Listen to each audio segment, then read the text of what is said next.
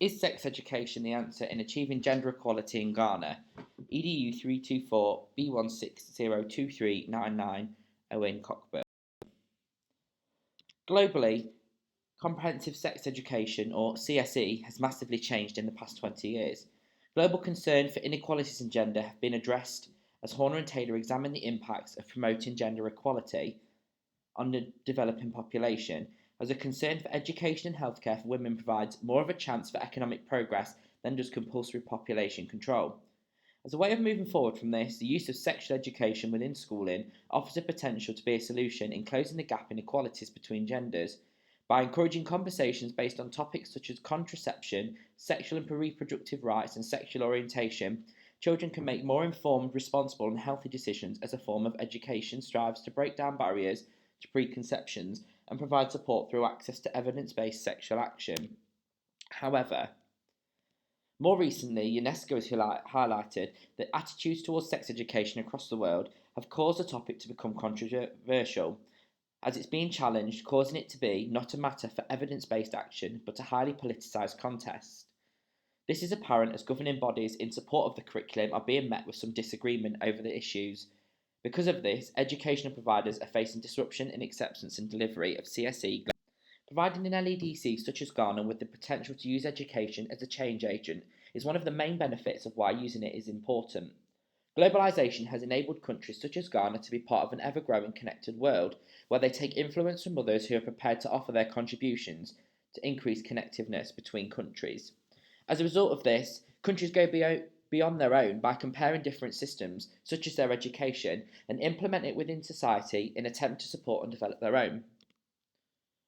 Ghana has been subject to many issues previously, with Jones and Chant taking the role of the MDGs, or the Millennium Development Goals, into consideration, where although they did start to make an improvement in achieving gender equality, without more efforts to reduce poverty or redistribute resources to poorer households, the prospects of equalising the life chances of young women and men will be doomed to failure. By implementing CSE into Ghana, further attempts to reduce the failure that Jones and Chant warned of, as revised SDGs push forward in developing initiatives for all countries. The SDGs, or Sustainable Development Goals, are set by the United Nations as part of revised targets from the MDGs. This further encourages countries to proceed with new initiatives and ideas to combat an array of issues within global society. A CSE, for an example, in its approach can provide a way of tackling both SDG 4 and SDG 5, the quality of education and gender equality. By doing this, Ghana are enabling the chance to develop socio-economically, as CSE tackles to ensure that all learners acquire knowledge and skills needed to promote sustainable development, gender equality, the promotion of a culture of peace and non-violence, to end all forms of discrimination against all women and girls everywhere, and to adopt and strengthen sound policies and enforceable legislation for the promotion of gender equality and the empowerment for all women and girls at all levels. Ghana has offered itself to a blossoming economy as processes such as globalisation aid their development. However, many factors, such as child marriage, the use of FGM on women of productive age, and society's belief to cause disparity between genders, as UNICEF and Girls Not Bride, and academics such as Gupta, Elijah, and Chandler, stress the implications of child marriage on young women as an example. Many of these issues cause gender inequalities within Ghana. However, it becomes apparent that all these challenges that cause a disparity between genders are mainly due to tradition and belief-based ideas, meaning implementing CSE on its own in Ghana cannot be effective without changing and transforming pre-existing attitudes. Promoting values that aren't accepted in Ghana, such as LGBT rights, causes discussions over their strong values and customs at the expense of being part of a new movement. At what cost does a country need to make in order to keep up with others? One of the clear main concerns of Ghanaian people is their deculturalisation of the country in implementing structures such as these into their country.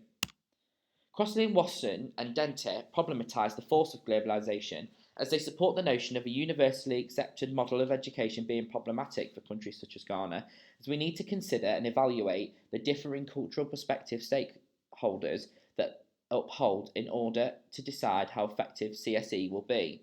However, paradoxically, at the same time, they're aware they cannot live in isolation and hide behind the forceful effects of globalisation. Before education can be effective, the pre-existing attitudes that exist within Ghana about CSE must be changed for comprehensive sexuality education to become effective, as I previously discussed. In this context, intervention to try and change attitudes needs to come before CSE in order to attempt to achieve gender equality in Ghana.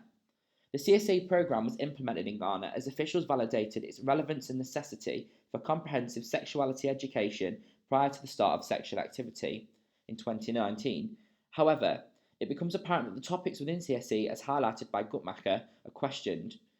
Irrespective of the proposed benefits that CSE within schools and communities has the potential to offer, it's caused public outrage as religious ideologies and traditional values act against what CSE promotes and talks about. Arguments stem from attitudes such as concern for CSE being based on foreign influences, as Akorsu and Payton argue that these topics don't align with the rich values they have in Ghana. Taking the views of all key players into account, it becomes apparent that CSE has insufficiently adapted to local context as a top-down approach that has limited stakeholder participation and doesn't prove effective in some countries as opposed to others in achieving gender equality. However, if the topics within CSE chosen aren't talked about in schools, how is a country ever to achieve gender equality? How can we educate children on their sexual and reproductive rights if those who teach in the programmes are against what is taught? This disagreement in attitudes is the main factor in preventing CSE in Ghana from being the success that it could be. To change attitudes towards this, parents and members of society who uphold these views may benefit from evidence-based education themselves, as it seems a lack of training or understanding in these issues relating to sexual education causes the attitudes to remain the same, to which Baku et al. And Bowes and Keogh et al. Promote the lack of confidence in challenging the societal norms could be combated by involving training for adults and teachers to encourage their attitude to change by reflection of their attitudes and values, not just their knowledge. Although it sounds relatively simple, this is simply not the case. Planning and having the resources which countries such as Ghana may not have explicit access to make it harder to achieve gender equality through this medium.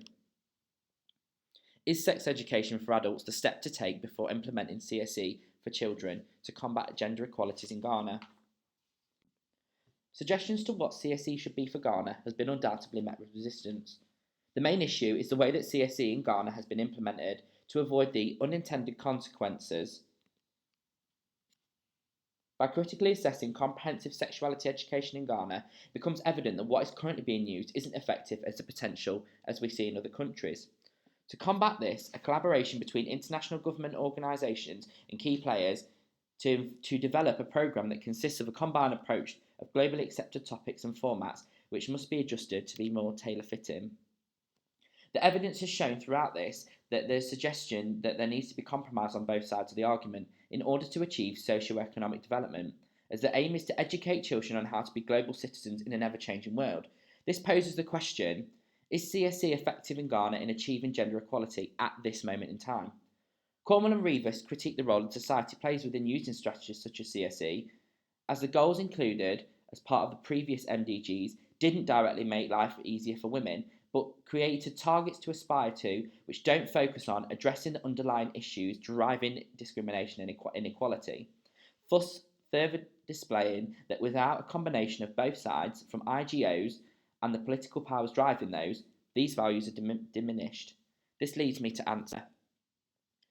From examining all factors within the CSE, my belief is that sex education is part of the answer, but not the complete solution. The supporting literature has presented to what hasn't been quite achieved and what was aimed for, but it's begun to make a difference in Ghana. For strategies such as this to work effectively, a combined approach will aid a more beneficial pathway to provisions that contribute to the development of gender equality. Throughout this, many arguments have been presented which suggest the lack of alignment and communication between key players and the context has caused CSE to progress in the way it has.